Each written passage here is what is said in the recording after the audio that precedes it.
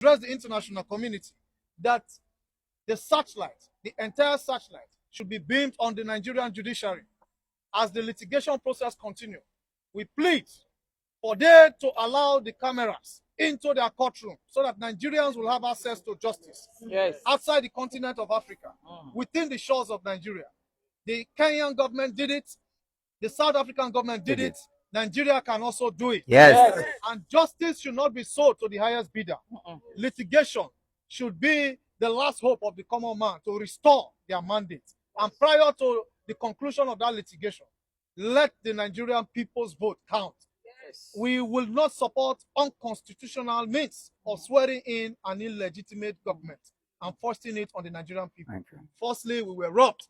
And secondly, we will not allow this illegality to continue from the legal point. So the Free Nigerian movement stands for justice, equity, fairness.